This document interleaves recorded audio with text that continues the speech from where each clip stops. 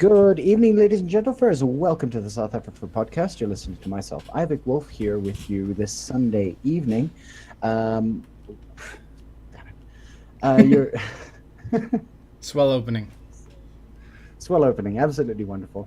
The disparaging voice in the background is Scratch, I'm always here, berating you. and our guest, and our guest for this evening will be Tonya Song.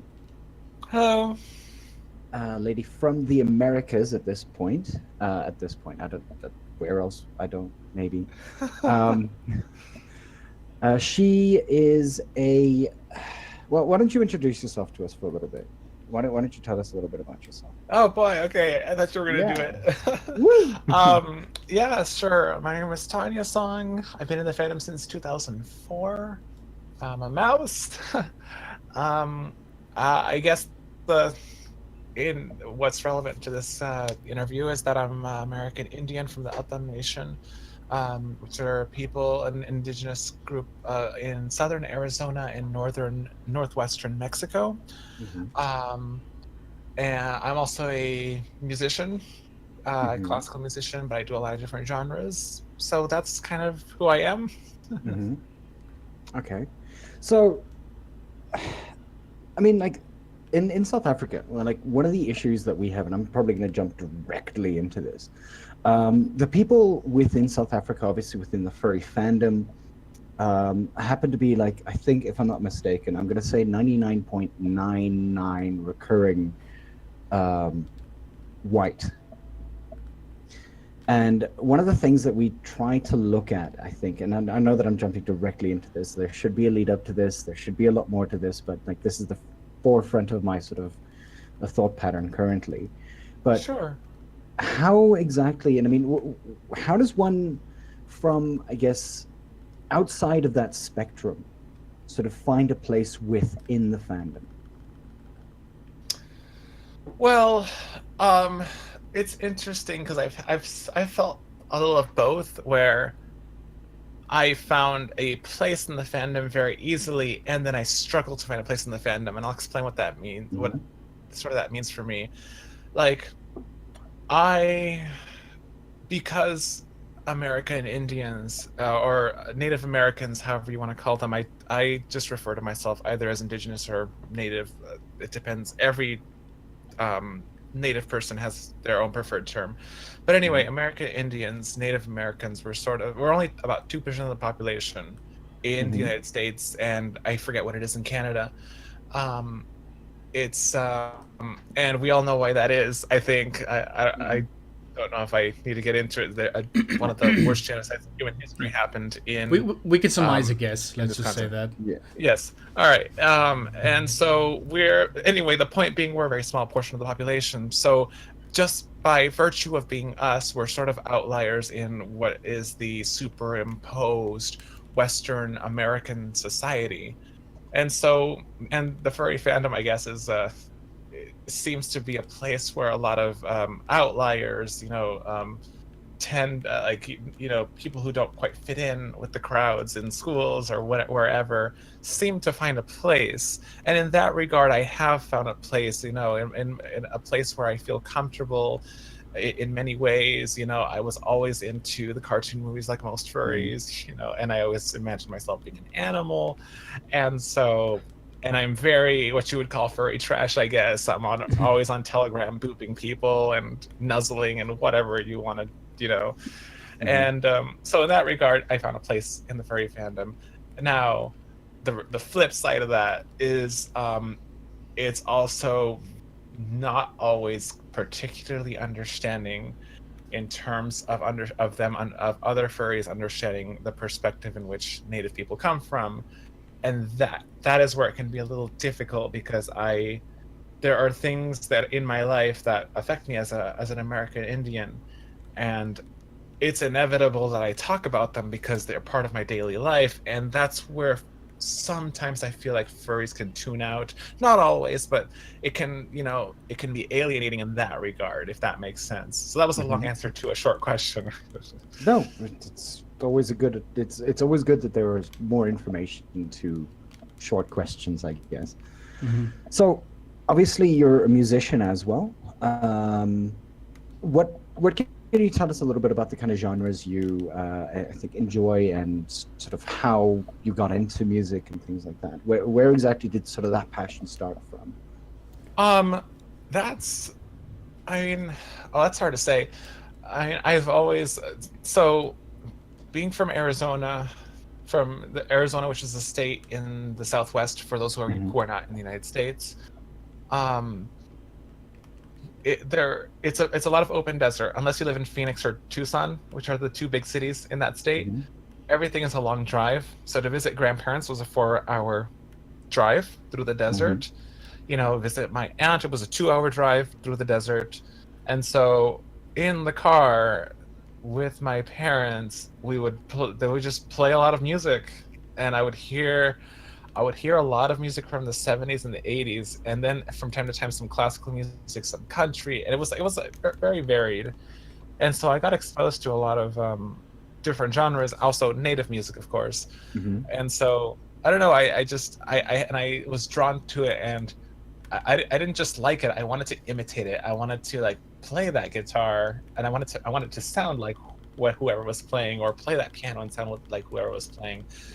So my passion for music grew out of that, I guess. And I studied to be a classical musician. I studied composition. I got a bachelor's and a master's degree in composing. I play in an orchestra right now. I play classical music a lot. I also play a lot of native music, sing a lot. I'm in a traditional native singing group. It's called the powwow. It's called a drum. We just call it the drum, and we just sing around it.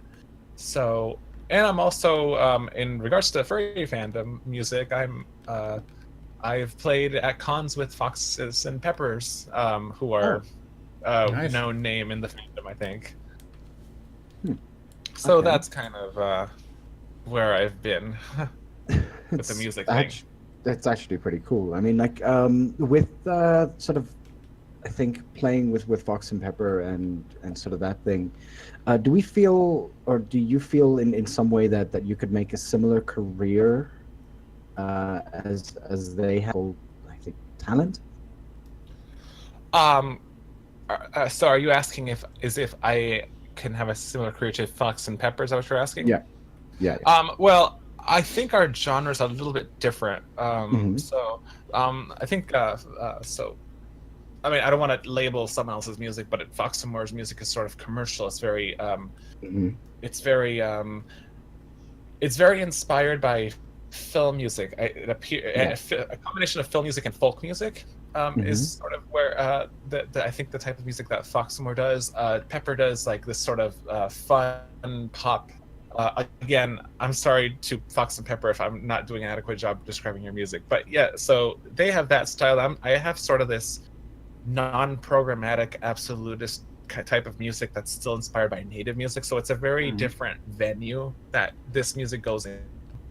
I'm usually working with new music ensembles or orchestras that will program me in a concert, within a concert program that fits a certain theme, you know. So in that regard, I'm kind of, I'm like, my music more is for the concert stage, and I I think I sort of got it, but yeah, I think that sort of made sense. I hope so. No That worries. makes sense. Yeah, that does make sense. So, I mean, on a musical scene and everything like that, like, again, we're looking at a scene that isn't necessarily dominated, in essence, by a particular group, or a particular group that's sort of considered famous and things like that. I mean, currently, I think the only frame of reference that I generally have to, I think, popular, I think more Native American type music would be Buffy St. Marie. Yes. So there are a couple names that are sort of, I guess, more well-known names of the native music genre. Buffy St. Marie is definitely one of them. I'm a huge fan of hers. I love her music. there's one group that I always talk about when I'm doing my panels or lectures, and that's Northern Cree. They're the most well-known. They're most well-known group for powwow singing and Cree-style round dance singing. They have a really fun song called Facebook Drama. And if you're on, you guys, whenever you guys have a chance, you should YouTube Facebook Drama Northern Cree. It's a lot of fun, and you guys will enjoy it. So there are some within the Native community. We have our own, our own music groups and individual musicians who are famous, and unfortunately they don't make it into the mainstream as much. We do get, I don't know if we get blacklisted. I think we get blacklisted, honestly, because most of us are activists, but it's unfortunate because there is a lot of great music in the Native community, and not just what people think, not just the traditional, even though that's great too. There's a lot of Native pop music, there's Native rap, there's Native classical, there's pretty much anything you can think of, and there's a lot of talent in the Native community. Would you say that there was Native metal? There probably is. I don't know any Native metal off the top of my head, but I'm sure it exists out there.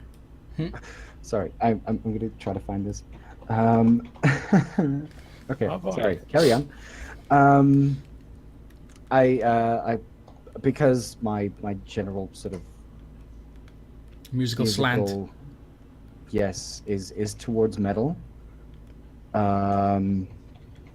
This is something that I'd probably find very, very interesting. Okay, there's a list of indigenous metal bands. Look at that. I knew it. I knew it probably existed somewhere. I'm just not. Metal's not totally my thing. As a musician, I've come to respect all genres of music. They all have some. They all have their merit. Honestly, all of them require talent. I don't think I've known many genres that don't require fantastic talent. And even if I don't like it, I can appreciate the the talent behind it. Okay, Testament. Serious? First band to come to mind when thinking about Native musicians, but vocalist Chuck Billy is Native American on his father's side and Mexican on his mother's, so he's half. Yes. So I would just caution about saying the terms like half. Okay, sorry. Don't worry, you did not offend me. It's okay. But I think it's a good opportunity to say that Native identity is not really measured by blood quantum. It's not measured by like, oh, you're half, you look this way or anything. It's more like, are you a member of a tribe? Or a member of a nation? Does the nation recognize you? Are you a part of that community? Do you participate in that community? Do you keep contact with that community? Because I've obviously been checking your Twitter quite extensively, at least up until a couple of months now prior. I think all the way up to March 1st, somewhere around about March. So and I've seen that you tend to talk about sort of the entire idea of it's about accepting the culture more than it is about like saying, oh but I'm this and this and this. This somehow allows me some sort of ability to talk about something even though I don't follow any of the cultures, even though I don't follow any of the perspectives or agree with any of those perspectives, but it makes people feel as though they can comment on it. And maybe it's an interesting way to sort of get into the sort of like a side sort of perspective on that, in that when we talk about, say, furries, for instance, and I want to try to bring this sort of from people who are still, I guess, on the outskirts in respect to race, in respect to the fandom themselves, where there's an attempt to make some form of niche, an attempt to make people feel a lot more comfortable, a lot more able to join something that is so dominated by a different sort of cultural background. How does one begin to sort of move in from there? Where are the points that we can begin to sort of look at when it comes to the idea of acceptance. I mean, and because the fandom is as accepting as it is and is as accepting as it can be, I guess, in most sort of senses, where does it fall short? In terms of acceptance for racial issues or in Yes. general? Okay. In general, maybe both. Let's go with both, Okay, but sure. we'll break it up. I mean, this is a complicated question I don't think I have the answer to, but I can sort of give like what I think, which is maybe not the answer.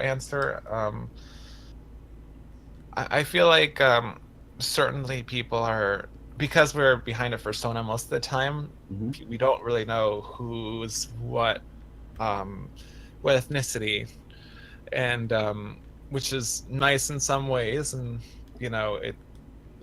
Yeah, I mean it's nice in some ways, but I think that I think the problem that happens socially in general, and it translates into the furry fandom, is that sometimes, see, I can talk to some random person in the artist alley of a con, right? And we can go, oh, you know, I like that artist over there. I like that artist too. You know, that's awesome. And then we connect in that way. And then we start building a friendship there, and we start talking about, oh, that artist over there, and this part of the fandom, and so on and so forth. But the minute I or someone of color says, oh, hey, that news story about a police shooting happened. That was, you know, that's just one example. Or that a land rights dispute happened. And suddenly I feel like I can't always expect for that to be understood or heard or even listened to. And I feel like people sometimes run away. And, you know, you can't force anyone to listen to anything you have to say, of course, but I feel like there's sometimes, you know, a little bit of that of just aversion to, hey, what we may all be furries, but we do have different experiences. We do experience the world differently, and that's valid too. And we should all be open to that part, not just open to each other within the context of the furry stuff, but rather in everything about us, so to speak. But that was, I guess, that's supposedly the kind of ideology that we attempt to push forward. I'm not necessarily sure, because, and I mean, we can talk about the South African fandom as well and a lot of people are going to disagree with me about this, but the thing is that there is redress that's necessary in South Africa from our side.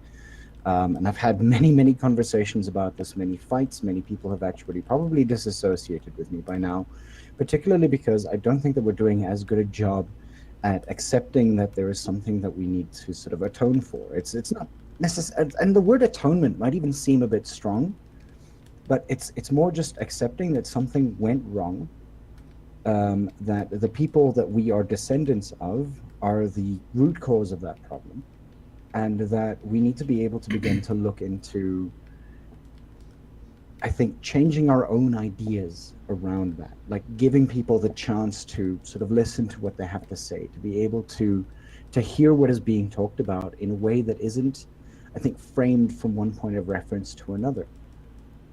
Sure. I don't know. Obviously, I don't know how it is in South Africa. So this is probably a good time to say that in the United States, and a little less so in Canada.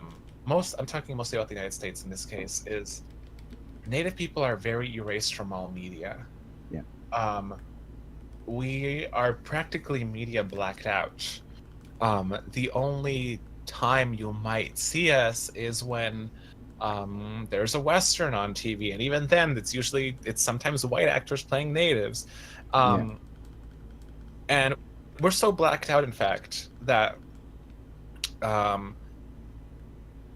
when around 2012 there was this movement going on called Idle No More, and it actually started in Canada, and it was a fight back against the then Prime Minister Harper. I believe he was trying to pass a law, or his government was trying to pass a law saying they could bypass treaties made with Native nations. And the Native people in Canada fought back, and they started a movement called Idle No More. And Idle No More basically had a protest in every single city in the style of Occupy, if you all remember that. Mhm. The Occupy movement. There was a protest in every single city in the US, in Canada, beyond the two countries, and there was absolutely zero media coverage. We organized in every single city, almost every single city in Canada and the United States, and we still got a total media blackout. So it seems that the US is very intent on not recognizing that we exist. Mhm. And we're not very talked about in history books. We get like a footnote of a mention in history books in schools here, and so it's very difficult. Not just in terms of, I mean, it's difficult just by itself, in that you feel invisible in your own country. You feel invisible, you know. You feel like you don't exist, like your culture is erased from your own lands, you know, and that's one layer of it. But the other layer of it is no one is listening to your fights for your rights, because Native people are to this day, Native nations are to this day fighting for treaty rights. None of the treaties that the United States has signed with Native nations has been honored, and you know, things that are promised in treaties, for example, you know, not just land, but, you know, consultation if there's a project being built near Indian land, you know, rights to resources, like, you know, the government or corporations should not be able to pollute or risk pollution of rivers or other resources near Indian land. One treaty, in fact, even promises that we get representation in Congress. Mhm. And of course we do not have that. So, but there are all these things that we're like sort of fighting for. We're still in the courts, you know, fighting for this land right or the right to this river, you know, and it all gets a media blackout. And meanwhile, the public is completely unaware. The general US public is completely unaware. And we live these fights day and night, so it's not like, hey, it's not, we live in a different world despite being in the same cities and the same neighborhoods sometimes as Native people. And I guess that's something that I wish more people were at least aware of. And that's sort of why I'm so vocal on Twitter, and so people see me and I'm sounding angry, but that's I guess my, you know, some of my goals.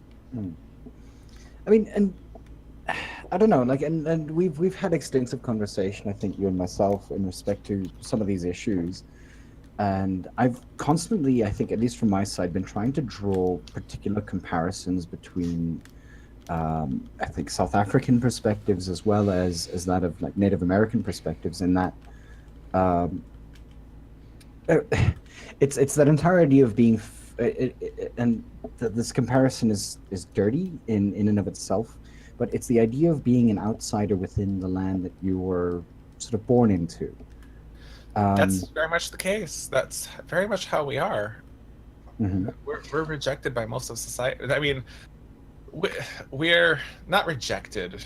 We kind of are. We kind of have been, but more we're pressured to keep it on the down low.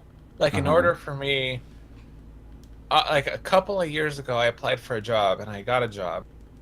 At the time, I hadn't come out as transgender yet at the time. But I did have long hair, which is traditional in a lot of Native cultures. Yeah. And they asked me to cut my hair when I got hired.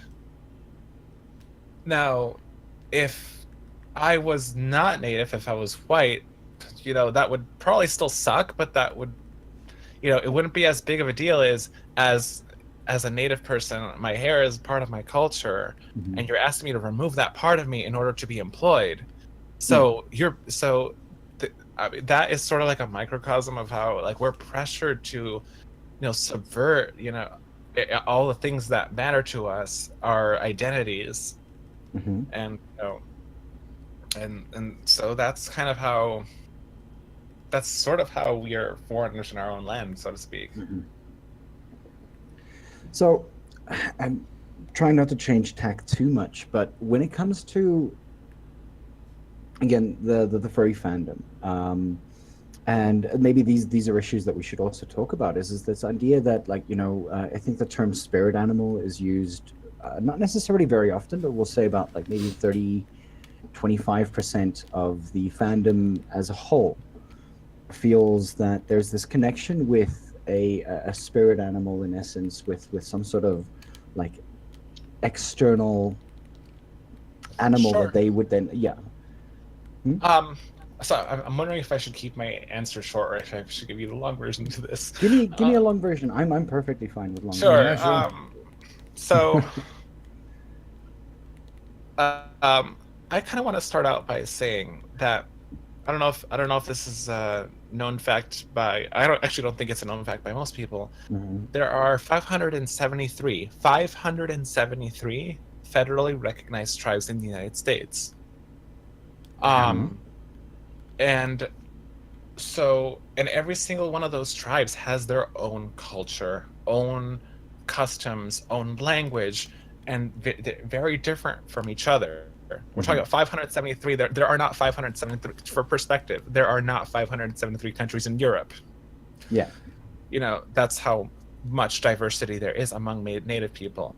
So the spirit animal thing, this is why I'm bringing this up. The spirit animal thing is, I shouldn't call it thing. It's a tradition of a very specific groups of people in certain tribes, and the rest of us don't really have that concept. And we all have maybe we have some variation of, we learn from the animals, we learn lessons from animal stories, but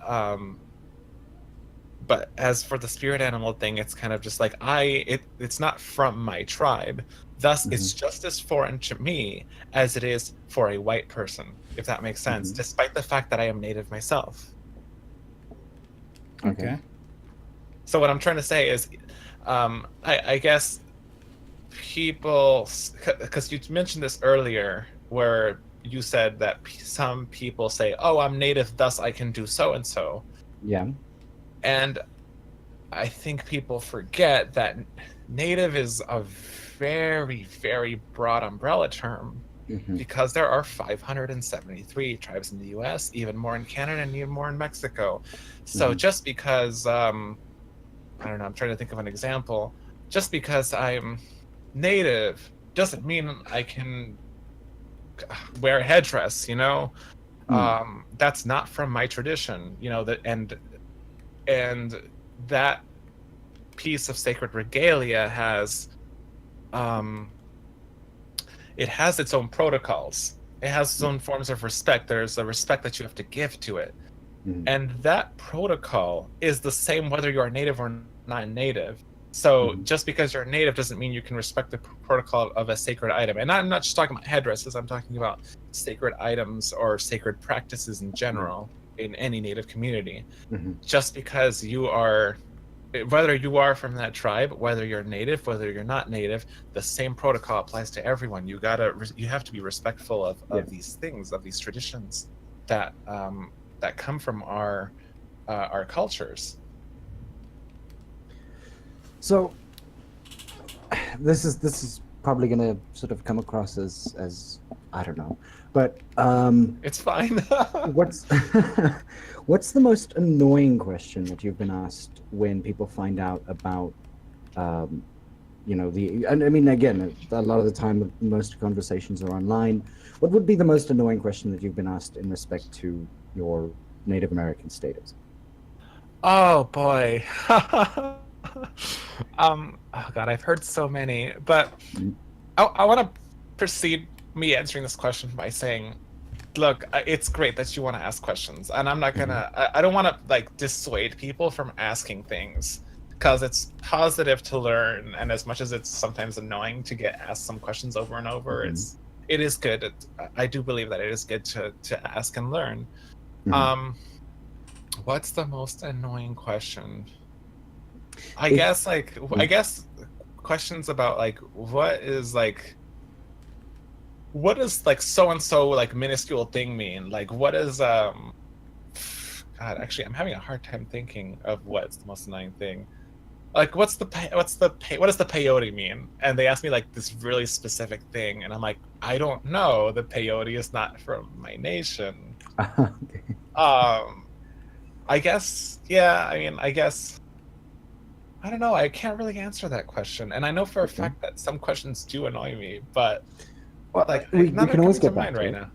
Yeah, We can always sure. get back to it. There is a question here from Halcyon, who asks, are the native nations sovereign states? Are they independent from the collective of the USA, or are they treated as part and parcel of the USA with their own laws, kind of like the state federal So kind of? it's very complex. The original, I guess through the treaties, we were supposed to be fully sovereign, independent. We're supposed to be free of any laws from the U.S. However, there have been a series of policies over the years that have changed that status, and it's very hard to describe because we do get to write our own laws. The when people are when non-natives are in our territories, they are obligated to follow our laws. That said, a lot of nations still are forced to adhere to certain laws outlined by the US. And there's a number of different factors that determine the level of sovereignty of a tribe, so to speak. Okay. And I don't know, does I mean, you talk about, what was it, 573. 573 different tribes, different people, different groups of, ideologies, and so on and so forth. With that kind of sort of spread, and I don't know, and it seems to be a very sort of European thing to do, because they did with the Germans way back when as well, where they were like, what was it, 100 and something different German principalities, and the French ran all the way over them, and then created like 8, and then when they were defeated, there were 42, and that kind of brought a whole bunch of people together to sort of find a commonality amongst one another. How does one sort of, and because and that's, I guess, the nature of war, in that once sort of faced with a common enemy, how does one sort of, what's the word, get those differentiations between particular tribes, between particular people, to sort of come together as one, to be able to, again, just sort of move forward and say, we want these things to happen. If you're not going to let this happen, we are going to become, unhappy about it. Sort of, how do you reconcile differences enough to become a force with a voice, essentially? Yeah. Well, in more recent days, as in like right now, I think that most Native people in the United States have that similar experience of having their land base reduced, having suffered a genocide, having suffered children being taken from their families and taken to boarding schools, and there's a lot of common experience among Native people, and in that regard, the Native experience can sort of be all-encompassing. Not always, but we do tend to have that somewhat similar experiences, and we definitely have similar experiences living in 21st century United States. So in that regard, we do have that sort of we share that in common.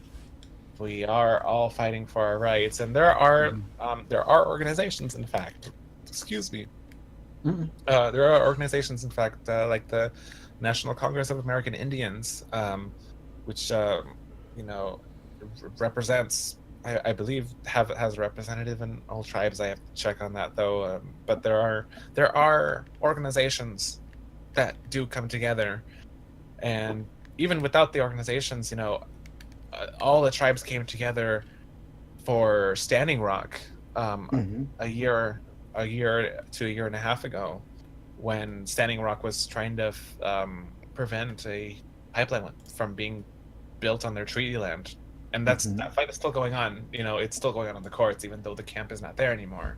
Yeah. But there, yeah, it has sort of brought us together. Um, and we do still have our differences, Hmm. there, we still have, and some of them are not friendly differences. Some we've had, you know like, my people did not get along with the Apaches. Hmm. um, and so, but now one of my best friends is Apache, so go figure. um, so yeah, the experience of living as an American Indian, as a Native person in 21st century US, is, it does bring us together, and I think it will continue to. I'm going to ask you a language question. Sure. Joseph Sung Yul Park speaks about linguistic identity, which is the reference to the sense of belonging to a community as mediated through the symbolic resource of language, or to the varying ways in which we come to understand the relationship between our language and ourselves. Now, you speak about 500 or over more than 550 different sort of groups of people. Does this mean to say that there are 550 different languages, or is that to say that there are people who've decided to sort of, I don't know, integrate particular languages, much like South Africa, for instance, where in Pretoria there's a language called Sipituri, which is a melding of Zulu and Xhosa and Pedi and all of these languages together, depending on which one's the dominant language within that particular area. They create what they call a Creole, Gotcha. which is, huh? Yeah, I gotcha. Keep Yeah. going. So how would one begin to identify particular language identities within, Native American senses? Sure. It kind of depends on what you call a language and what you call a dialect. Mm-hmm. So I'm just gonna tell you what I mean by that. Like, just the languages of Spanish and Portuguese, Mm-hmm. they're different languages, but Yes. they have a lot of similarities. Now, and an even maybe better example is Spanish and Catalan, which Mm-hmm. is another language within Spain. Mm-hmm. Um, and there are a lot of similarities there, but again, they're considered different languages. Mm-hmm. Um, that in that same way, for example, the Navajo people who speak Dene, which is the actual the Dene language, is very similar to the Nde language, which is the Apache language. Mm-hmm. And when the two speak to each other, they can sort of understand each other.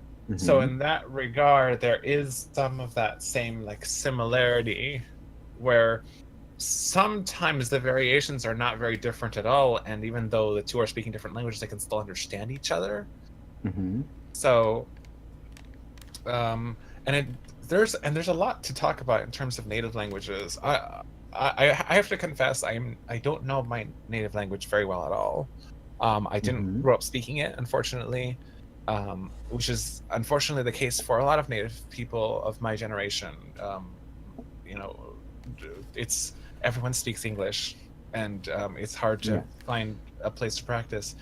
But anyway, going back to what you mentioned about this linguistic, this linguist person, I forgot his name already, but he said that in our languages are our identities or something like that. And there's in native I've been told by many elders, or I've heard it by many elders, that when we learn our languages, we learn who we are, which Mm-hmm. sounds like something really pretty and metaphoric, but there's more to it than that, in fact, because, for example, my name, which is Niel Retachlichtim, which means wind singer. Mm-hmm. The word for singer, Mm-hmm. which implies music, singing, is the same word for healer. And what does that say about how we see music and how we Yeah. see healing? Huh. And you start to see these things that, like, it starts to define, the language itself starts to define how we view our perspective around us. Mm-hmm. And one of the things I always tell people, especially when I'm doing my panels or my lectures on native cultures, is our cultures are not in surface aesthetics. Like the dresses and the dances, and those are byproducts of our culture. But our Mm-hmm. cultures are in how we relate to each other and how we see each other and how we see the environment around us, how we interact with the environment around us. It's those like deeper things that make our cultures, including language, and our language tells us things like this, things that are important to our people. Okay. So I know that and you and I have spoken about this a bit more extensively in respect to the idea of acceptance and everything like that, and attempting to find a more, I guess, and maybe globalism wouldn't be the term that I would like to use, because it kind of means that we all have to speak a particular language. I know that Bowman, for instance, now speaks about individual identity from a sociocultural perspective, which is situated outcome of a rhetorical interpretive process in which interactants make situationally motivated selections from socially constituted, goodness knows, repertoires of identification and affiliational resources, and craft these semiotic resources into identity claims for presentation to others. So when we build ourselves into a particular identity, it's a big thing. And I know, Yeah, I was about to say, could you give me the cliff notes of that, please? cliff notes of this I'm sorry. is that on a sociocultural perspective, we identify ourselves through both our language, we identify ourselves through our what we identify with that particular language, this being Afrikaans, this being English, this being any particular language, be it Xhosa or I don't necessarily know what the language for the Hopi Indians would be, but all of these languages themselves have a particular way of identifying themselves. It doesn't matter if it's a Creole or because Creoles themselves are identificational languages. They're the languages created because a person identifies with the people who speak that particular language. And one of the things that they talk about is they talk about these higher level and lower level languages. Higher level being language that you would use in court or at work, versus lower level languages which you would use at home. Which means that like it all this actually identifies as is the way that we perceive whether it gives us any kind of power, in essence. And English, of course, because it is in essence the lingua franca currently, so the language that is spoken by the vast majority of people, either on first or second language, we identify not as English, but we identify as speakers of English. And English itself has its own different sort of ways of speaking, much like if you look at the way that we as furries speak. There's particular, I wouldn't necessarily know what we would be able to call that, and it's definitely not a Creole, because there are like 20 terms. It's jargon. It's jargon. Yeah, it's more jargon, definitely. Yeah, it's like business versus non-business terms. But if we had to create a completely furry language, what would that actually be? I'm sorry that I've just completely gone into a completely different tangent. No, this is a furry topic. Yeah. Yeah. I'm here for the furry stuff too. Yeah.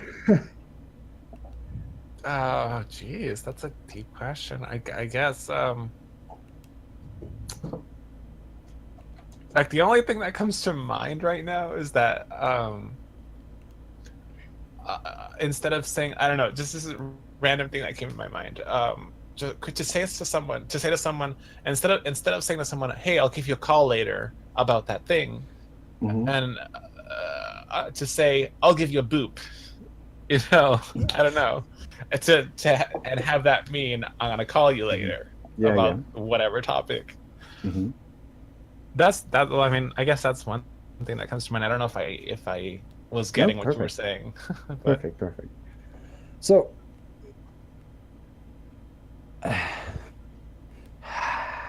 Scratch, I'm here. go. Hi. No, dude, you were on a massive That was a tangent great about moment. language. You were on a massive Yes. tangent about language. Like, I seriously thought you were gonna keep going this for like forever. Like, I could. This is extremely important to me because language and identity are terrifyingly important. And within our, I guess, within the furry culture, and you'll see it very, very often. If you go to Fur Affinity, there are 300,000 different groups for language differences, color differences, I guess, tribal differences, everything like that. So there's this idea that like people come together because they identify with a particular group of people, and this counts for music as well. I do want to talk about your music a little bit more as well, but like how does one, I guess, create something that everybody would be able to identify with? How do we begin to do that? Well, gee, I don't know if I can answer that for you, because I don't know if that I've just personally, Mm-hmm. my personal experience. This is a little bit of a tangent. Mm-hmm. I've spent all my recent life trying to not be universal, Okay. because I have been sort of forced into universality. I've Mm-hmm. been forced to learn English. I've been forced to be this this pawn in the capitalist system, I guess. So I'm sort of forced to be like everything else in the world, and I'm Mm-hmm. trying to not be in recent times. I'm trying to come back into my own identity, my own, uh, my own norms. Mm-hmm. So I'm not the one to answer that question for you, unfortunately, I Well, think. I don't necessarily think that asking for norms is what I'm kind of asking for. I'm asking for how do we begin to differentiate within these kinds of sort of different scenes that we have. I mean, everybody can say that they're furry in whatever way that they want to. Um, be it that people like suits, be it that people like particular ways of speaking, be it that people like listening to particular types of music. I mean, like you listen to somebody like Matthew Ebel versus Pepper, yeah, and you and have two. yeah, and on nationality Yeah. lines, and on color lines, and on like Mhm. gender identity and sexual orientation lines. Like, uh, I feel like that subdivision in and of itself is already kind of um, a bit of a sticking point. Not a sticking point, like a bit of a sore point for me. It's like, is it Why would what it we be? really need? Do we Maybe. need to subdivide further? Is that what you're asking? No, my question is like, do we need to subdivide even in the first place? Well, I mean, I'm going to go high school mentality here. Okay. You have your jocks, you have Yes. your metalheads, you have your punk guys off in the distance, you have particular groups all within the same school. Every single one of them gets together on a sports day. Why are the punk guys out in the distance? I don't know. When was the last time you saw punk guys in the front row? Smoking weed. I don't know. Which would you like? let's No, I was talk just about curious if there was a reason serious for that. topics. I was just curious if there was a reason for that. That's all. No, it's just that kind of idea. Like the metal guys would also be off in the distance, probably Sure, trying to okay. fight with the punk guys. I don't know, fighting about which kind of music is better.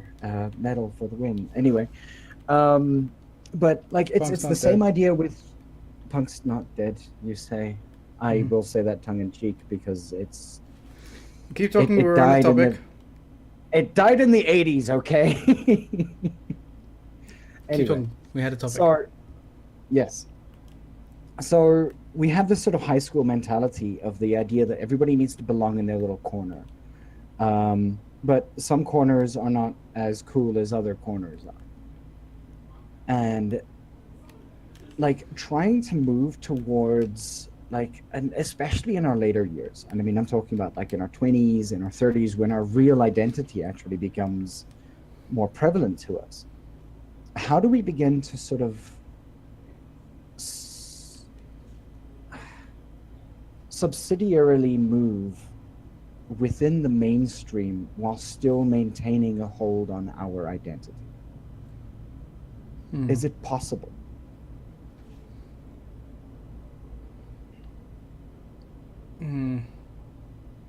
I kind of think for me you might be asking the wrong person, because for me like the mainstream is just I don't know, like completely a load of shit.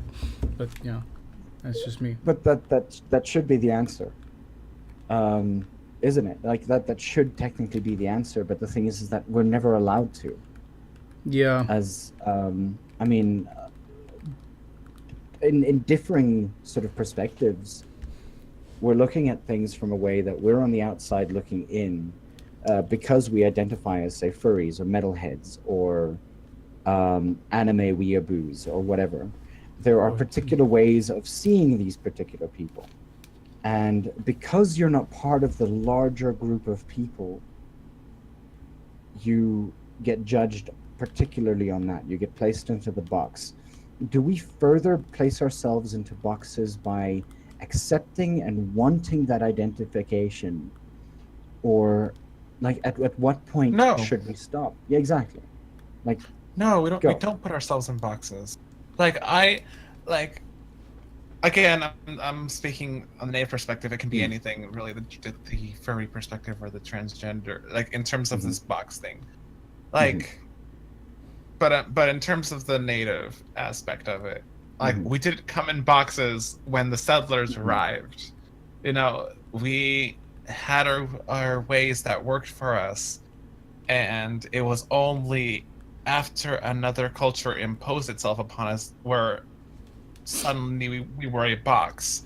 And now if we want to go back to what we were before settlers, society-wise, we're like, oh, you're trying to reclude, you're trying to be in that, just keep yourself in the box. And thus people will say you're not gonna succeed, you're gonna impede your success, you're not gonna go forward, you're not gonna advance. And I don't think that at all. I think people, and if you do this elsewhere, I think that's the same. Like having an identity and wanting to be a part of it and bringing it out and showing it does not hinder your success or your ability to associate with other people who are outside your identity.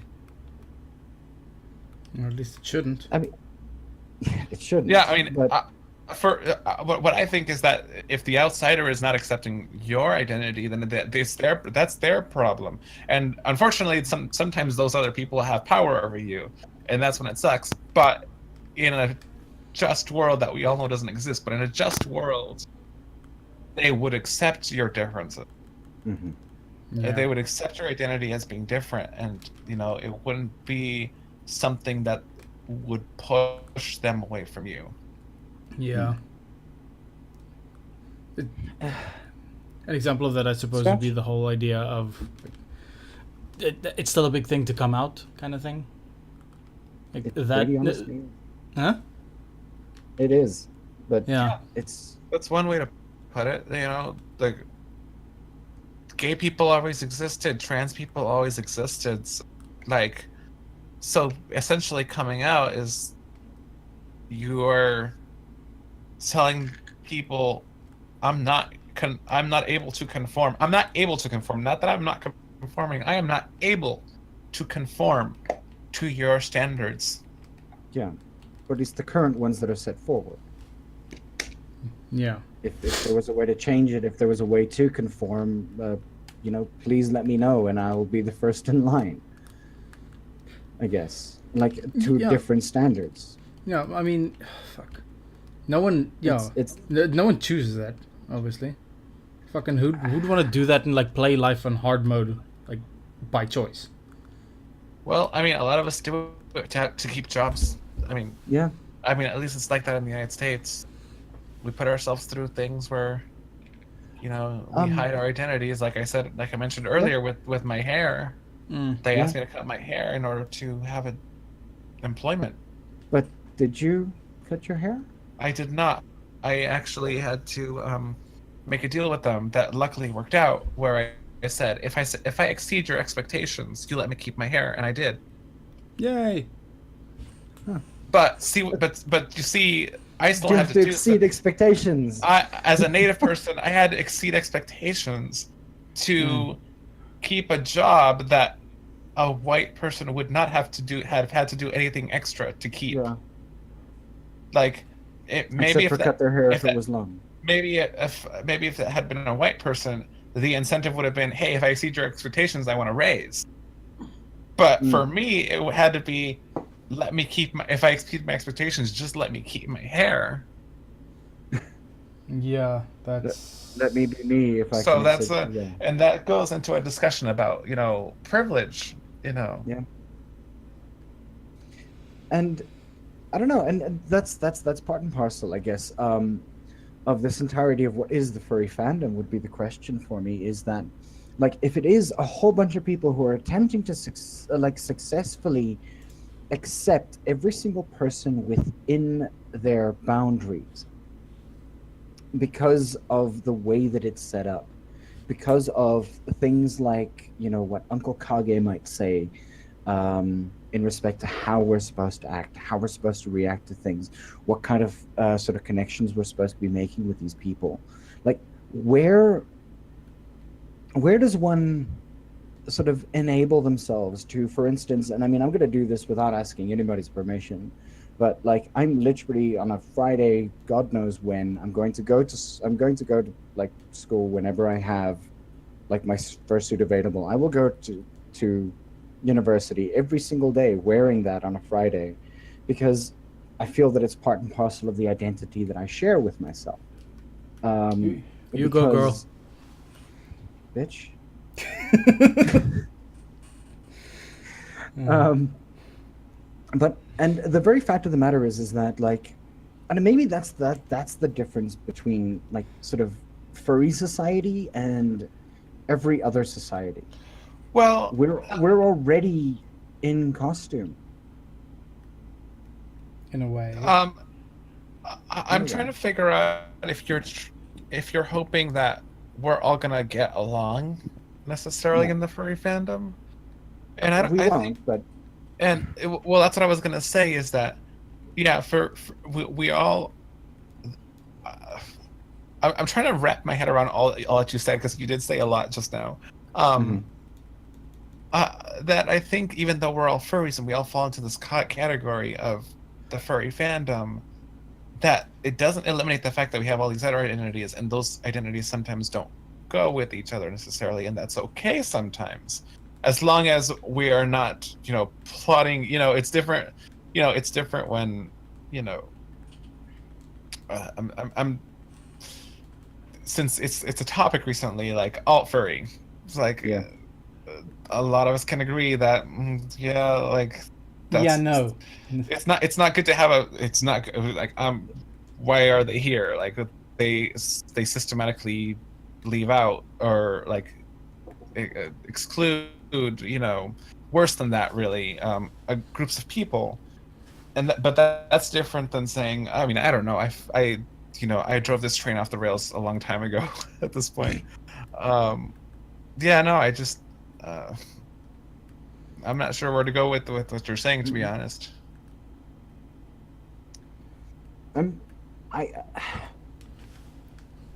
Like, there are certain groups of people that we need to get, I guess, rid of. There are certain people who I feel need to have more recognition.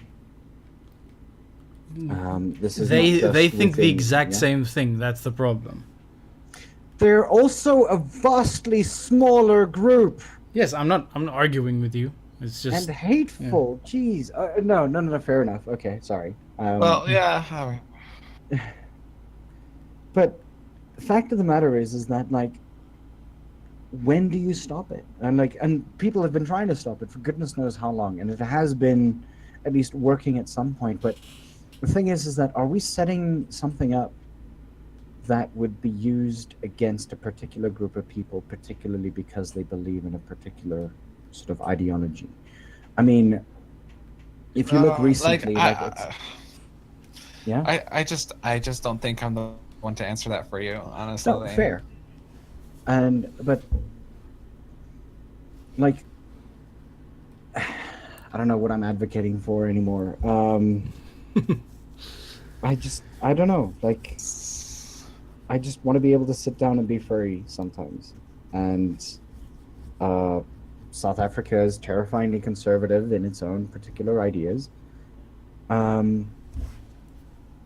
I think okay. I think I see where you're going now. Mm-hmm. We should all be furries. In the fandom, we should all be furries. Yes, but we should not deny that we have different identities, different experiences. Yeah. And we should embrace them and hear them out rather than forcing this idea that we're furry and that's it. And that in the furry fandom, we only talk about furry stuff. We don't talk about politics, blah, blah, blah, blah, blah. And I think that's not a great way to go. Like, we all are affected by, certain things, some of us more than others, Mm-hmm. I just outlined some of the issues that affect my community. Mm-hmm. And there's a lot more of that to talk about, and like, you can't expect me, even when I'm in the furry fandom having fun, to block that out of my world for your comfort, so to speak. Mm-hmm. Yeah. Trace and Kit ask the following question: what would you like to see more of in the fandom? Woo, more fluffy animals. I don't know. I think I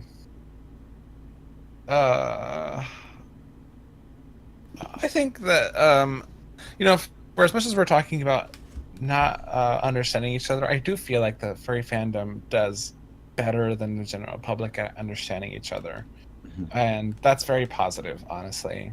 One of the things I had in my notes here is about how social media for Native people has made it possible for us to send our message, our existence out to the world, combating that media blackout, and we're able to talk to each other, and we're able to exchange ideas. And the furry fandom, because we all come from different places, there are furries in all sorts so many different countries around the world. We're able to listen to each other in ways we hadn't before, and because if me and you weren't furry, you would have me and you, Ivik, we're not furry, we would have very little motivation to talk to each other, or we would not have sought each other out in another context, probably. And yet here we are having a discussion on multiculturalism. So that is like, I guess what I'd like to see more of in the fandom is more of this nice exchange that we're having of conversations where we all get a seat at the table and we all talk to each other and we can all have fun together as well.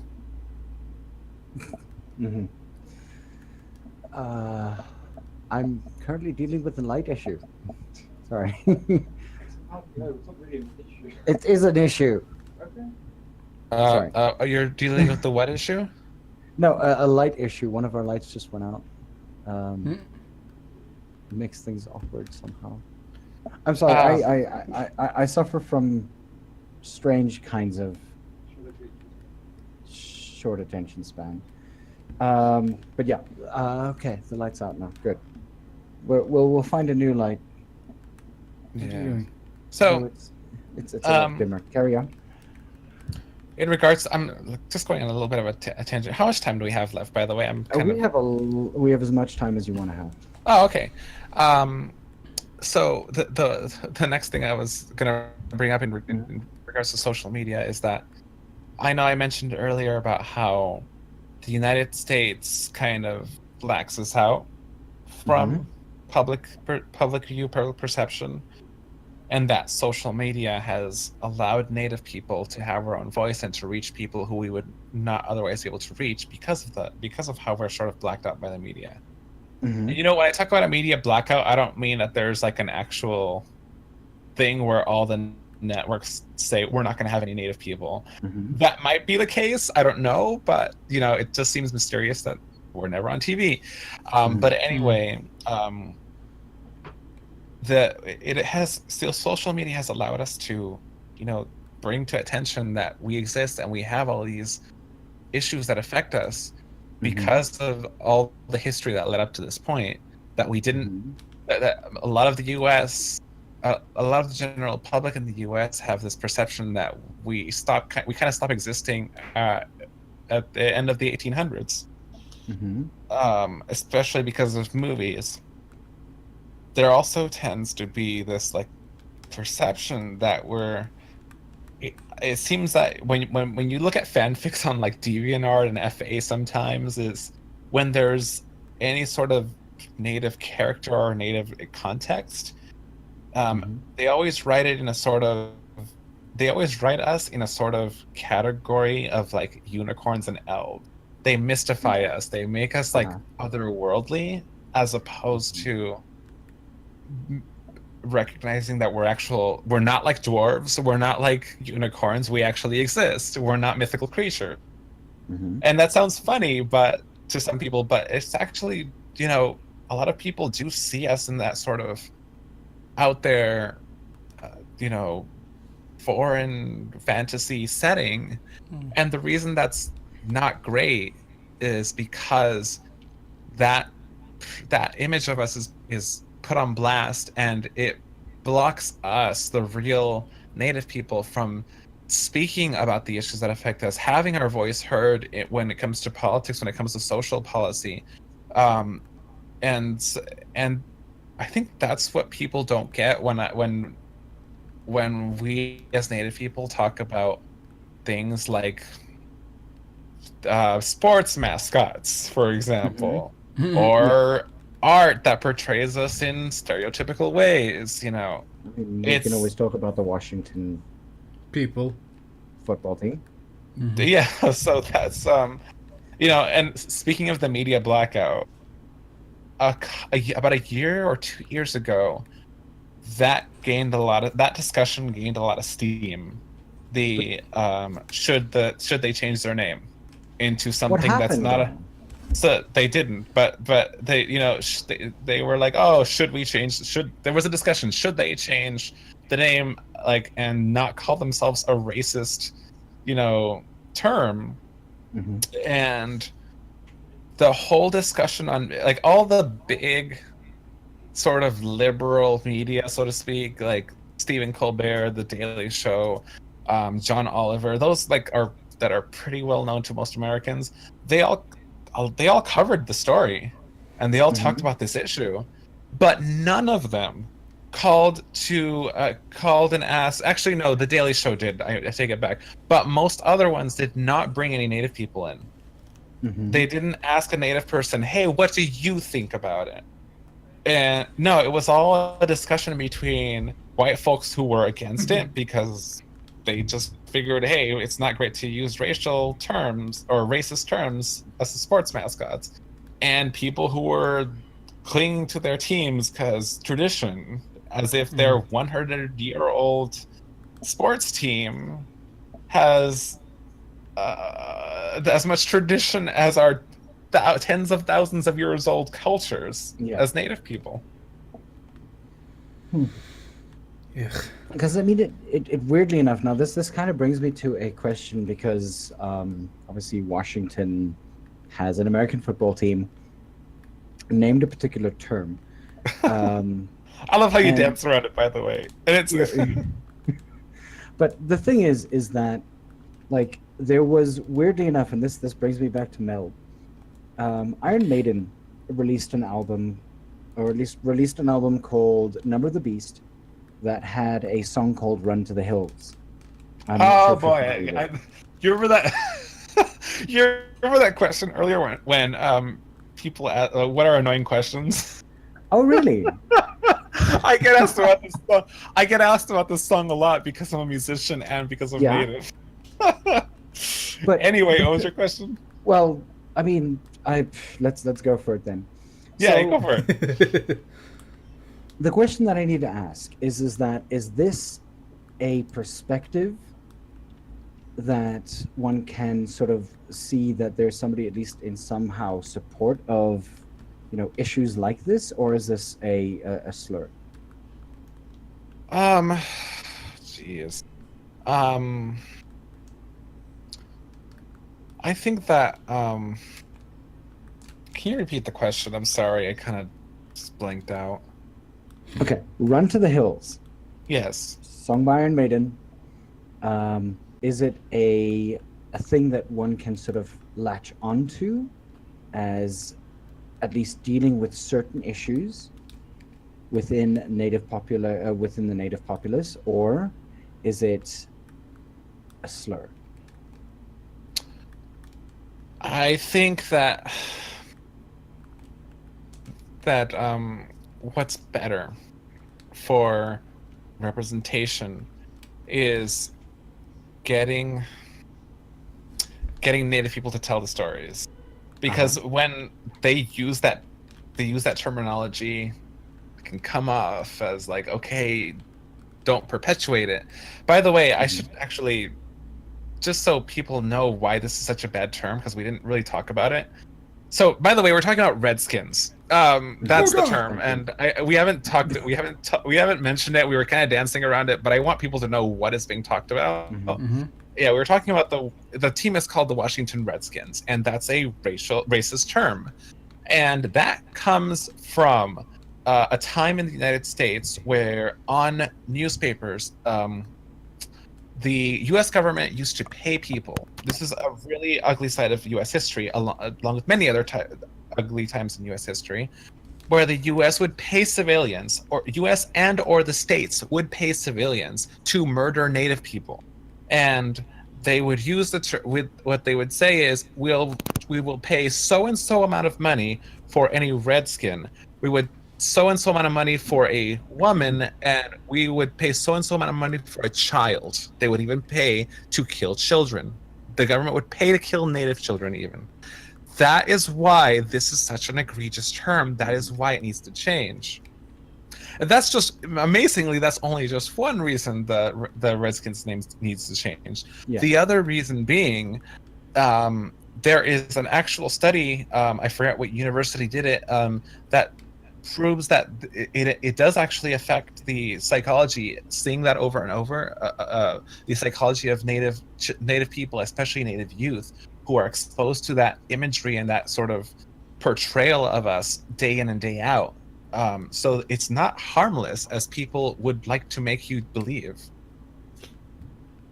Okay. And I mean, and I've actually, if I'm not mistaken, I've actually seen some of the posts that you've made in respect to that term. I particularly, it's about as terrible for me as particular other terms that I tend to avoid with this kind of avoidance. And I make notes to sort of not say things like this particularly. And weirdly enough, as a person who was in America between 1993 and 1997, living in and or near Washington, D.C.,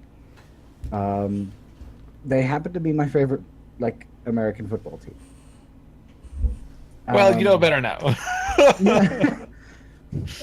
Beyond the idea that they're really bad at the game. But that's from a sports perspective. Can I give you another example of why this is so awful? This is a more personal experience that, let me tell you, it sucks so much, and I wanted to yell in the middle of this room I was in. So I went to England, not this past November, but the November before that, November 2016. The NFL, which is the National Football League, sometimes hosts individual games in other countries. So sometimes they'll go to like Mexico City, or they'll go to Canada, and sometimes they go to London. And it just so happened that the day I flew to England, that November, was the same week that the Washington Redskins were playing in England. And so I arrived in England, and I was in customs waiting to, cross the UK border, in that airport. And there were several people behind me wearing the team paraphernalia. And I'm like, are you kidding me? And I wanted to yell at them, like, I want to get into the UK, like if I make a scene now, they're going to kick me out and send me back to the States. So it was like, and then I went around town, and then some of the bars and pubs had the team logos on the two teams that were, I forgot what the other team were playing, but the point is that the logo and the name were in some of these bars in London. And that felt very disgusting, in that people were seeing that image more than they were seeing me. They were not, and that's the image of Native people that they were seeing. And how overwhelming, as a people who were like only 2% of the population, we can't yell hard enough to say, no, stop doing this, Yeah. So yeah, that was another anecdote that I was just like, why I think this is such an awful thing for not just that team, but any sports team or school team that has a Native mascot. Like they really are not, that's really not an appropriate use of our imagery, of our identity. That is rough.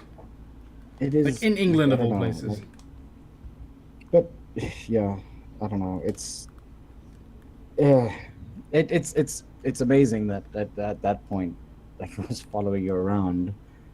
That, like, the one point that you'd think that you'd never be able to see something like that it actively just, I don't know, hangs out at the same airport.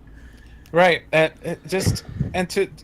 for like, just for perspective, the U.S., the movies that the U.S. produces, the media that the U.S. produces, tends to make itself out to almost every part of the world, a lot of it. And so when there are portrayals like this, not just in sports but in like movies too, if there are like any like of these stereotypical portrayals, which there are, I mean, early Disney, with Peter Pan, like, that's just one example, but there are many like more recent examples. They get out there, and around the world, people have a perception rather of what we are as told by white America. So it's very detrimental to our humanity and our fight for, our rights as indigenous people of this continent, and in all these fights we're still having to be recognized and have our rights respected. I mean, what was it? It was a terrible, terrible movie that was recently with, what was it, Johnny Depp? Yes, The Lone I Ranger. remember that. The Lone Ranger. Yeah. God.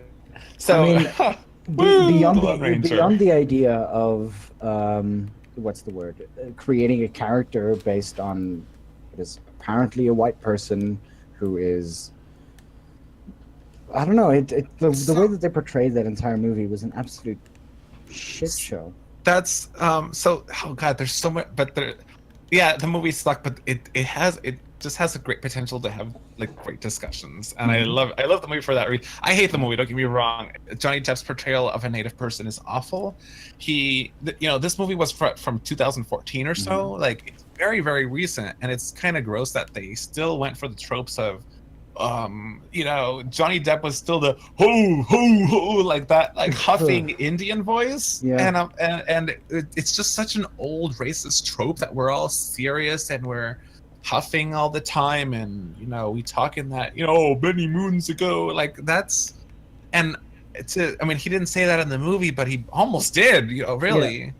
And that in 2014 or 15 or whenever this movie came out, that's still a thing. It's very unfortunate, because we still don't get to portray ourselves. We still have this the white America is still projecting this image of us to the world that's Yeah. so unfair to us, if for lack of better words. And Mhm. just for like another, hello, can you hear me? Yeah, Yeah, we can yeah. hear you. Oh, sorry. So it blacked out for a minute. For perspective, in some tribes require you that if you're portraying a member of their tribe, you have to ask permission and get a blessing from them. For example, Adam Beach, who, I don't know if you guys know the actor Adam Beach, actor in Smoke Signals, actor in a lot of different movies. He was portraying, he was to portray a Navajo in Wind Talkers, in the movie Wind Talkers. He was portraying a Navajo man, and this movie was about the code talkers in World War II. Mhm. And he actually had to get permission. So they hired him for the role, and when they hired him, that he actually responded with, "Okay, cool, but I have to ask the Navajo Nation for permission to portray one of their members." Mhm. And so there is a mutual respect that Native people have, that most Native people have anyway, of being respectful of, you're portraying someone else, and it's very, you have to approach it with that respect. Uh-huh. Adam Beach is not Navajo. He's I forget, I forget what nation he's from, but he's from a different Native nation, but still had that sort of mutual respect to say, hey, I'm portraying one of your people, I would like your blessing. Yeah.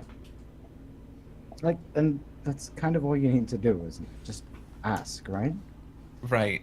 I mean, I 'cause have my persona sees, but I also have a lot of different like furry characters that I've created over the years. Mhm. And even I consult with other people, people of other tribes, like, hey, am I doing this right? How can I make this look more, true to life? Yeah. I am very diligent about it. And then but all the while, every so often I'll run into something on FA where it's some character wolf in a headdress. Yeah. And it's just like, okay, and then, or they'll put a character in like with a feather, and they'll call it native, and I just kind of want to ask, what's native about that? You just put a feather on there. That doesn't make it native. There's more to it than to being native than just the feather. Yeah. There's more to the head. You're kind of putting on, or if you put the character on your put headdress on your character because it looks cool on your female character, and it's like, well, the headdress was only worn by men and by this specific tribe. Do you know any of the history behind it? And if not, why are you drawing it? Kind of thing. Yeah. Like you're not giving it the respect and reverence that it deserves. Like there's a reverence that we give to our own cultures. We grew up with them, a lot of us. They're a part of us, and for random people who to just say, oh, hey, I'm going to draw it because it looks cool, is kind of it kind of sucks, because like, hey, the least you can do is like, hey, ask one of us, because social media is a thing now. Yeah, you can ask one of us, and you can really make something, not just that you can draw something right, but you can draw something that has a lot of depth and a lot of character to it. Yeah. That there's a mutual benefit to you asking the question of, how can I make this native character right? Yeah. No, there is not a single piece of art across any genre that has not been made better with sort of doing your homework, doing the proper research. Yeah. Right. And like, I get that FA is like, let's just call a spade a spade. God, I don't know why I use that expression, but fur affinity is largely porn, like largely GIF art. Yep. That's just the reality. However, there's a lot of great non-GIF art, right? And a lot of people do like go on there for the non-GIF art. As bad as the GIFy art with native characters is, I get more annoyed with the artists who are drawing a non-GIFy picture that it's being native by stereotyping. Yeah. Like, oh, I want to create this native character, and I'm gonna employ every single stereotype I know to create it. and I'll get all these great comments about it, and then I'll kind of come in and say, hey, that's, your art is great, but that kind of just, that doesn't make sense, and then I get yelled at.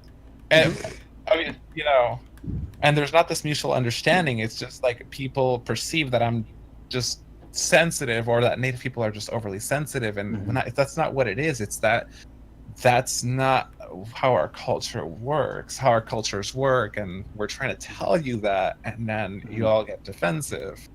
Yeah. And there are some days where I'm just like in on a short fuse, and I'm just like, hey, this sucks, like like I don't care if you block me, kind of thing. But I do want to educate and like kind of say, hey, there are people here who we fight, we educate, we fight for our rights, we fight for our cultures, and this is our daily life. Like, ask us before you do something that's stereotypical, kind of thing. So I do want to ask a question, and weirdly enough, it involves Nick Fletcher, who is the film editor for, weirdly enough, one of what seems to be possibly one of your favorite art styles, Fievel. Yes. American Tail, Fievel Goes West, Hans Zimmer, and Spirits Down in the Cimarron. What was your sort of take on that? Spirit sounds okay. So let's back up. So first, you're talking about Fievel. Yeah, but like the thing is, weirdly enough, and this is only because I was doing a little bit of research on Spirits Down in the Cimarron, Nick Fletcher, who is the Welsh film film editor of The Prince of Egypt and Spirits Down of the Cimarron and Shark Tale.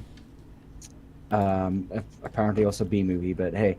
Let's forget those last two. Yeah. But the thing is that, like, I mean, what was your take on Spirit? Like, because this person has been involved in this. He's been involved in, I guess, An American Tail, which I'm assuming is going to be relatively close to your heart in some way or another. But like, what exactly was your take on Spirits Down of the Cimarron? That's a little more complex. I mean, it's not a bad movie. I mean, there are things that I did right, and there's things that I could have done better, I thought.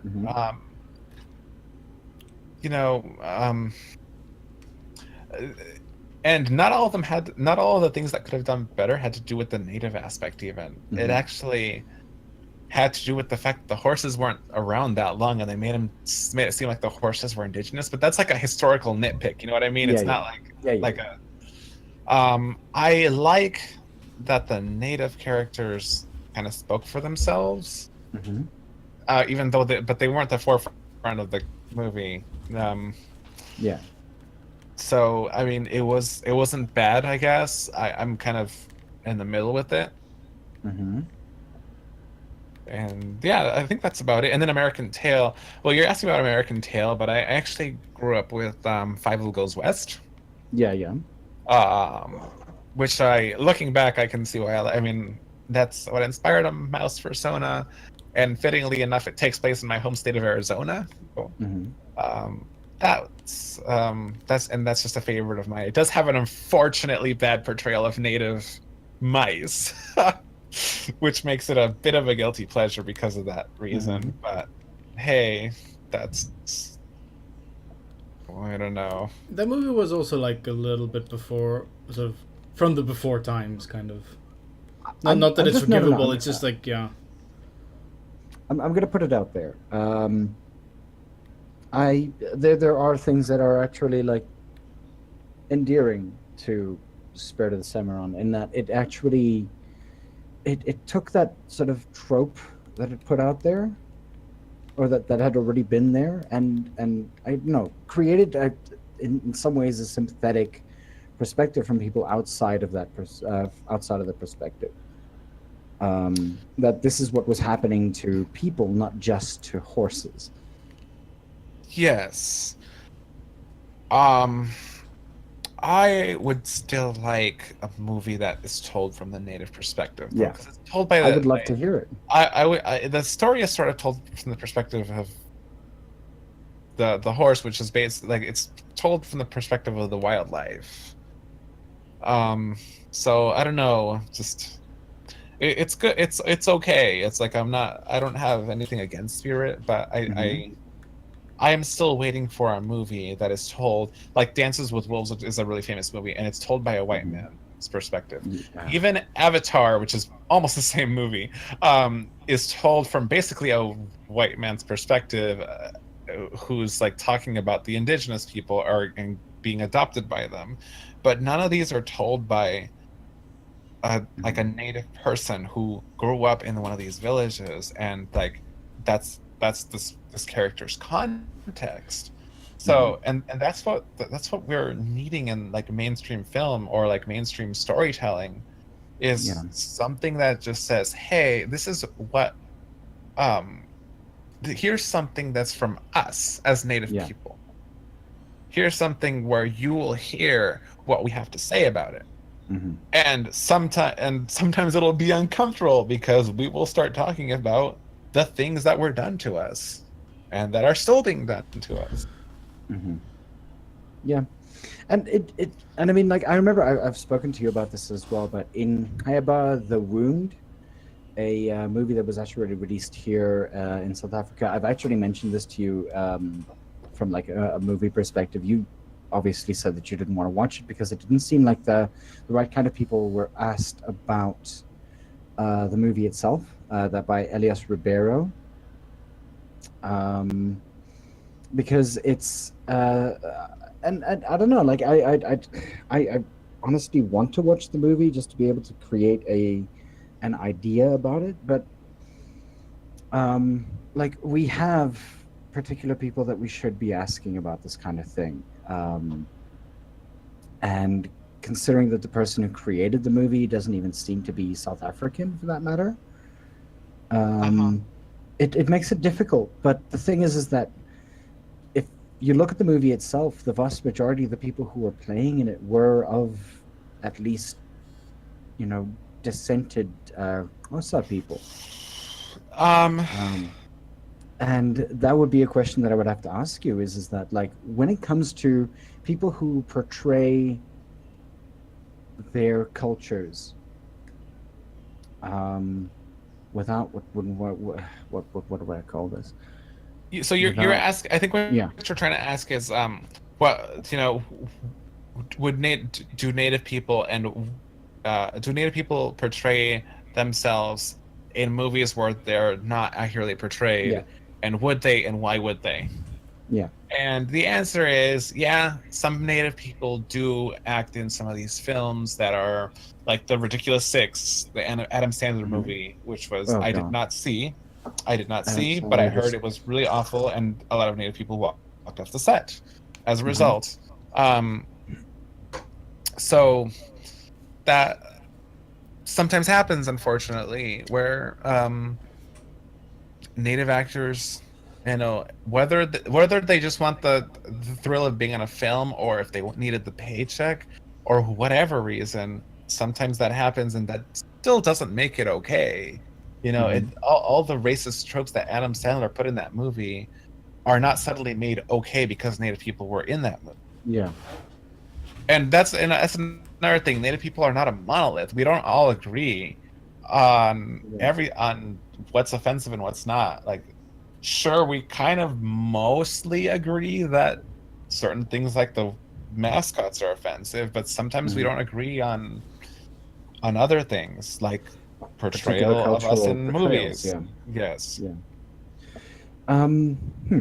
So Halcyon asks another question here. Can we be told a story or be given a place where we can go read or watch stories of the native people from the perspective of the native people? A library of information or a direct story on show.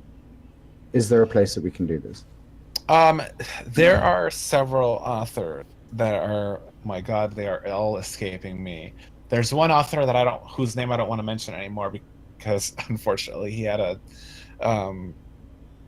allegations of inappropriate behavior, and it looks like he did it anyway. Oh, geez. I feel bad because I should be able to answer this question without stuttering, and I am anyway. No worries. But if you, one name that pops up immediately is Rebecca Roanhorse. So Pop that into chat. I'm doing that right now. Awesome. I think I'm gonna look for the list, and I apologize because I should be able to answer this without going to Google, but here I am right now. Perfectly fine.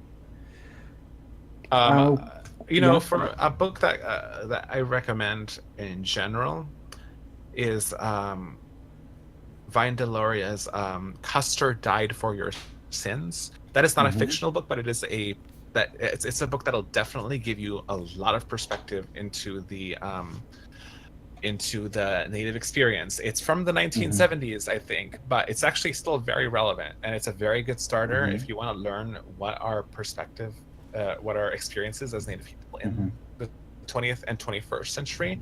I'm going to also put that on there in the chat. As far as I remember, and I mean, like, I've been trying to do, mostly because Hamilton at some point became a main point of reference to me as the musical, that is. So I read a large amount of wiki pages in respect to this, but the British also seem to use, and I'm going to say use, the Native Americans in ways to attempt to circumvent American independence. How so? I don't necessarily know. It's why I'm asking. I'm not very familiar at all with British media, actually, so I wouldn't be able to help you much there. In that, I don't know, that they were used to, I don't know, word that I'm looking for is I think stop expansion towards the west as well. But then again, there was I think with Thomas Jefferson, who said that everything to this point is yours and blah blah blah blah blah. It's there's a lot of information there in and of itself that I haven't researched it. Yeah. Well, I mean, as far as we're concerned, it's like this is native land from coast to coast. Yeah. And like whether the British say one thing and the Americans say another thing and the Canadians and the French and whatever the hell, whoever else, like there are treaties that outline our lands. But even if there were not, most of us did not surrender. Actually, I take that back. None of us, not a single nation surrendered our ancestral lands willingly. And some of us didn't do it ever. There's a tribe in Vancouver who never even there's no agreement. They still live there. They've still lived there, and like no one has moved them. And there's a dispute they have with that province in British Columbia, where they're going, "Hey, we live here. We never surrendered this land. Get the hell out of here with your government vehicles, your police. Your police have no jurisdiction here. We never surrendered this land." So, you know, as far as we're concerned, this is all, you know. And if I can just give one more example here, take this back to my ancestral part of my ancestral territory anyway, in southern Arizona, northern Mexico, which is Atam land. The ancestral Atam land. There are two things going on right now that are sort of heated topics. One is Loop 202 near Phoenix, Arizona, which is a freeway that they're trying to build through the desert that would connect to two other freeways. I forget which ones, to be honest. 17 and 10, or 8 and 10, So, but where they're going to build crosses through sacred sites, the sacred mountain, one of the sacred mountains of the Atam the Camel Atam people. The second part of the other thing that's it has even more media attention, even though not our perspective, it does have a lot of media attention, is the border wall between U.S. and Mexico. because Mhm. lands are both in the U.S. and Mexico. Currently, there's like a small like fence-ish thing, between like in Atam land where like it's not like it's there's like a gate that you can sort of somewhat easily cross, but they're talking about building a big wall. Okay, that's our ancestral territory though, and to say you're going to build a wall against our will, and the Tahana Atam chair has said, no, we don't want this wall, and we're going to fight it, because how are you going to divide our ancestral territory, which we used to just pass through back and forth so easily, Mhm. because of this new arbitrary, as far as we're concerned, arbitrary border between two illegitimate nations, settler nations, the United Mhm. States and Mexico, and cause us this like permanent damage to our ancestral land. Mhm. and we're we have this like thing where if tribal you can use your tribal ID to pass the border, but still we have all my family members personally have a story of how they were mistreated about with the border patrol. Mhm. So this is not something that we're happy about, and this is not Obviously. something we should be fighting. We Mhm. should not be fighting to have fighting against having this massive wall cutting through our ancestral territory.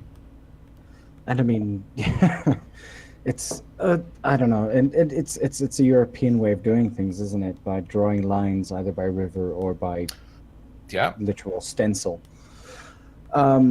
Sure. Okay, that's intense. Um, what I don't know, like it's stupid. I think just from my own perspective, I just think that the entire and this is me just sort of shutting everything in its own way down, but like it's stupid to think that people who came from outside would want freedom in one sort of way and then not want it for everybody. Well, I think it's becoming more, at least in my own circle, is becoming more well that when the founding fathers, I hate hearing, Uh-huh. to be honest, the founding Mm-hmm. fathers, they said, oh, liberty and justice for all. They really meant white men. Let's just call it Yep. what it is. Mm-hmm. Because from the get-go, the Treaty of Fort Pitt, which was signed between between them and I believe the Delaware Lenape people, which was signed in 1788 or 1778 rather, Mm-hmm. 2 years after the Yep. Declaration of Independence. Yep. Yep. Where that that treaty was the one that promised representation in Congress, promised the western part of what is now New York to be native controlled land, and all of that was broken. Ironically, that same location would later be the location, one of the locations where smallpox blankets were distributed in order to kill off our populations of Native people. And even more Mm-hmm. recently, by the way, Fort Pitt is now Pittsburgh. Oh God. Um, Okay. Well. and so and Apt. then what happened even more recently in the 1960s was that a dam was built that flooded Seneca territory up in New York. Up in the it was a dam. It was the Kinzua Dam, which Mm-hmm. was put on the Allegheny River, and it was to prevent Pittsburgh from flooding. But in order to Yeah. do that, they had to flood Seneca territory, and it displaced a lot of people. So just in that one little region, I gave you like a short. Yeah, not everyone's. That's what freedom is, I guess. For Sure. put us on reservations, remove us from our territories, remove our rights. I mean, we had freedom. What we knew as freedom Yeah. before settlers came. We did things our own way. Mm-hmm. How can you come here and offer us freedom? So anyway, that's my take Mm-hmm. on that, and I think just a native perspective, I suppose. Yeah. So, just on a final point, and I had this like 2 seconds ago. Let me recollect. So when one talks about sort of, I guess, freedom of ideology, freedom of whatever perspectives you feel are important to you, where does one start to understand things? Where's the redress? Where do we begin to redress from? You start listening to, I mean, in terms of the things we're discussing right now, start listening to Native people. That's like the very extremely simple thing to do is we're talking about these things that are happening within our own borders. I mean, the settler, borders, but still the borders of the U.S. We're talking about these things that are happening to us. There are a lot of us on social media speaking about it, educating about it, and you can't. The only way that we can expect to make things better is if the very, very first thing that should be done is to listen to the indigenous people. Yeah. If you're not listening to us, this is like this is our ancestral land. And like there's a Native comedian, Charlie Hill. He passed away recently, but he had this quote. He had this thing in one of his routine where he said, let me just get this right. He said, Indians have the key to everything. As I always say, we have the answers to fix this country because we have the owner's manual. And that's not just a joke. That's true. Who knows this place more than us, who have lived here for 10,000 years? The United States is 300 years old. Yeah. Actually, no, it's not even 300 years old. Actually, it has only been here a very short period of time in relation to human history. And meanwhile, we have been here since time immemorial, as we call it. Yeah. Yeah. We know our histories. We know our lands. We know what's going on. We're educated and we're intelligent like everyone else. We're not these mythical creatures that the media portrays us as. And we have these rights that we're fighting for because we are treated as second-class citizens in our own country. Yeah. You mentioned time immemorial. I think there is actually a date, like an official date of when time immemorial starts. Yeah. Like legally speaking. Yeah. It's I'm just waiting on a question from Badge because he's been attackingly typing his keyboard currently. Okay, so the question is, what about now as we are, where any approach by us is generally met with hostility? It's hard to pay for the sins of the father when the sons are killed before they can try. What do you mean by the second part of that? Sons are killed before they can try. I think, in essence, maybe we're talking from a more South African perspective, where is he from South Africa? He is from South Africa. Yes. Oh, okay. From an outside perspective, in respect to, say, the South African diaspora, I'm not sure if that would be the term, but a political, social environment, when we, myself, Badge, Scratch, a whole bunch of people that I know are attempting to redress issues like this, attempting to find a way to begin to speak about this kind of stuff. When or where should we be able to then speak about these issues without fear of retaliation from people who think that we're lying? So once again, I'm replying from the perspective of a Native person. Yes. Just so it's clear, I think that I want there to be a little bit of perspective here, because it's not comfortable. The discussion will probably never be comfortable, and it'll always be difficult to talk about what happened in these lands, because it was awful. It was very sad. It was horrific. It was one of the worst things to happen in human history. But if we don't talk about it, if we don't, if you don't take the shot, you're never gonna be immune to the disease, kind of thing. I don't know if Yeah. that's a good analogy. That's a great analogy. And so what you might not be seeing is that we as Native people are still, from when we're children, we're already having to deal with some of these things, because as soon as we get to the classroom, unless we're from the reservation, which I was not. I was raised outside the reservation, which means I went to a school where there were very few Native kids. I was already an outsider. I was immediately treated as an insider. Teachers were teaching about my culture incorrectly, and when I tried to correct it, I would get yelled at. And so there are all these things that added up, these aggressions toward me that have always been happening. So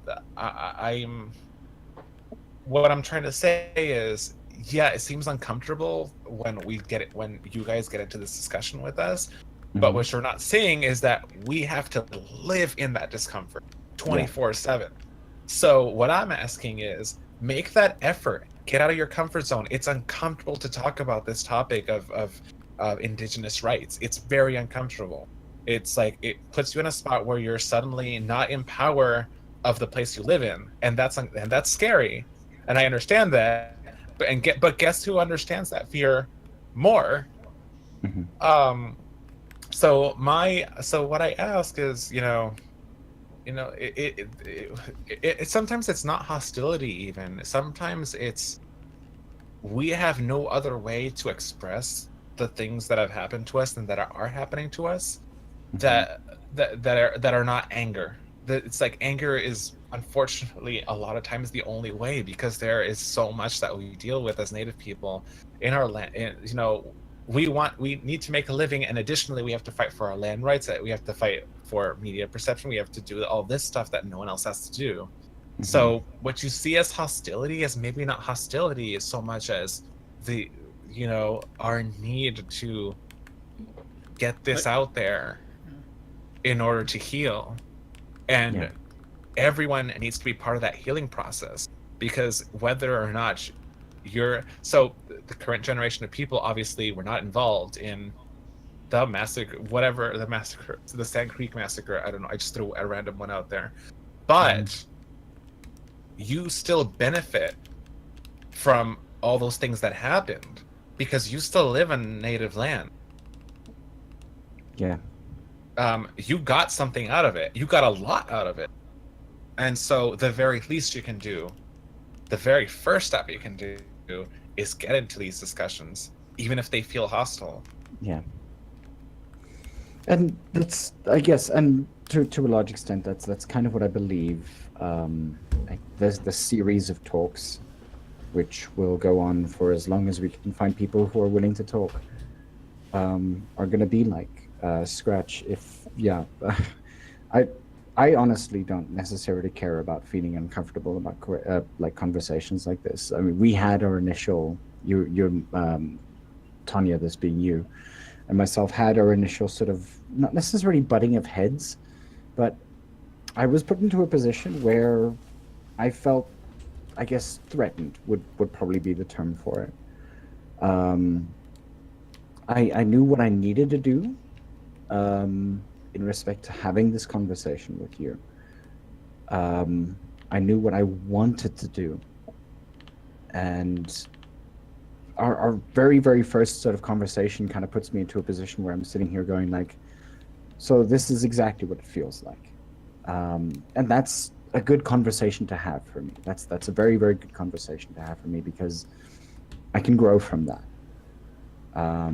Because there's nothing better a teacher than experience. And having felt that, having known, I mean, honestly, I'm going to say it like this, I've known privilege my entire life. I've never had a struggle for anything. I've never had to, um, you know, be anything but me. I've never had to fight for it. When I came out to my dad, for God's sakes, it was the easiest thing that I thought that I shouldn't have done. Um, he literally just sort of responded. I told him over WhatsApp. I sort of looked at him and I was not looked at him, but I was like, "Hey, look, hey, this thing happened," and he's like, "Oh, good, love you, cheers." And that's kind of the experiences that I've been having throughout my entire life, where it seems like there's no resistance towards things. And what I want to do is that I want to be able to show that resistances exist, and I want to be able to use some of the experiences that I have, some of the sort of conversations that we have on the podcast, to begin to show that not everyone is equal, and a large amount of the time it's not fair. And there's more conversations that I would love to have with you. For instance, I mean, there's this entire idea of trans rights that we haven't even talked about, that I need to be able to talk about with people who want to talk about them. Right. And we haven't even touched on that. We're already half an hour over our time. Yeah. And but these are things that we do need to begin to sort of, at least from some perspective, and I don't care how many people are listening. The fact of the matter is that a conversation is being had. I've always been, I guess, maybe optimistic that if one person hears a particular story, that story continues with the person who hears it. So I don't necessarily care how many people are listening right now. And I mean, like, I see 17 people in chat, for instance, but I'm not knowing, I don't know how many actual people are here. Maybe there's 170, maybe there's 270 people, but that's 270 people that are hearing a perspective that needs to be told. And it's going to be difficult. It's always difficult. And Scratch can tell you this. I put myself into very, very difficult positions because I feel I have to. And I feel that we need to have these kinds of conversations. And I think Trace has a question here. He says, I know you're wrapping up, but can I ask about being transgender within the Native perspective? Let's go with that. Let's this is going to be a long answer, I'm sure. Sure. I know, and I know we've gone over. Honestly, go for it. Okay. So being transgender and native is. So let's go back to history first. So let's just go in order here because there's a lot to this. Before colonization, before settlers took us over, when our cultures were as intact as they could be, in most cultures, in many native cultures, they recognized third and fourth genders or more. Mm-hmm. So there's an article here, and I'm gonna link it. It's from Canada. It's from CBC, I think. And it's native languages recognize gender states that the English language does not recognize. Mm-hmm. Okay, here we go. Oh, it's actually from the Globe and Mail. So I'm gonna link it in the chat right now so you can see it. But so before that, so in the beginning, before colonization happened, we had a place, and it wasn't just that we were accepted. We had a role to play in our communities. We, in some cases we were mediators. In other cases we were matchmakers, and a number of other things. And sometimes we would play both. We would not play, but we would fulfill both the role of men and women, or we might. It really depends on the tribe. Again, there's so many different cultures, as we discussed. So we were very much an integral part of these communities. We were recognized. We were, in some cases revered. Then colonization came, and Christianity came, and it superimposed itself on a lot of native nations. And when the missionaries came, they said, "Here, you have to conform now to these gender standards," and they forced it upon us. They banned our religions, and if you didn't know, in the U.S., native religions were banned until 1978. So and they would take children to boarding schools where they were tortured, and they were beaten if they spoke their native language or did any sort of thing that's cultural, in order to make them, Western Christian people, to beat the culture out of them. So why do I bring all this horrible stuff up? It's because today, unfortunately, there are a lot of Native people who Native communities who don't quite recognize transgender people anymore, and some of them are getting back to it now. My grandparents certainly do. They do recognize my identity within our culture. But it's tough because that Christian line of thinking of if you're a guy, you marry a girl, and your gender identity is tied to what a certain part of your body looks like.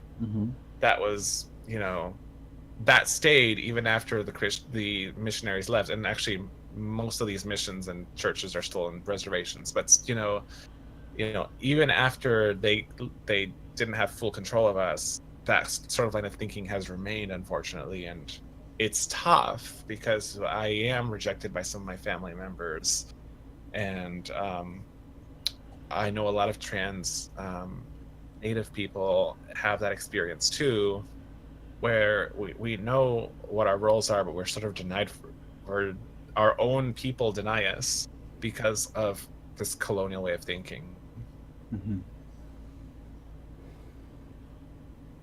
Fucking white people, eh?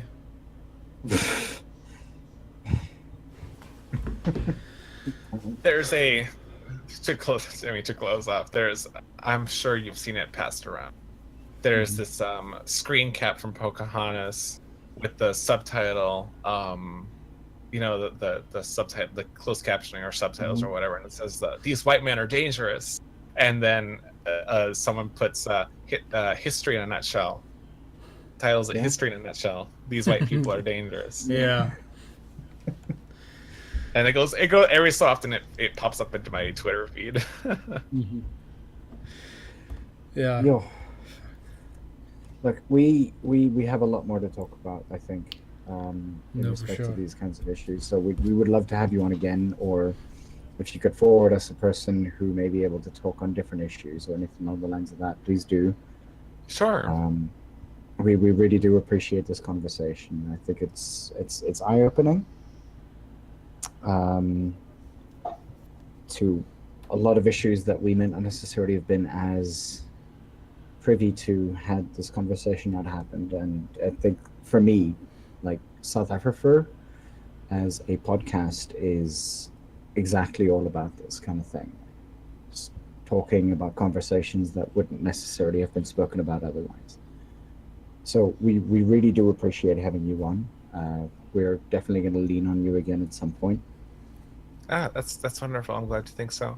I really do. And I'm kind of curious if you would be interested in having two of us come on next time, so you can hear two different perspectives. Definitely, I think that would be great. That would be awesome. Yeah. Whatever you want, whenever you want, let us know. We'll obviously be in contact. Yes. And if anyone wants to follow me on Twitter, which is where I have most of my activity, I just linked it in the chat. Yeah. But if you're not on the chat, the Twitter is Tonya, Tonya, _Song, SONG. So at Tonya Song, at Tonya _Song, TONYA. Make sure you got the O in there. Mhm. And yes, and my music is on my SoundCloud and my Mhm. FA. My FA is Tonya Song without the underscore, and my SoundCloud is Tonya Winsinger. It's actually the SoundCloud is linked on the on my On your Twitter. Twitter?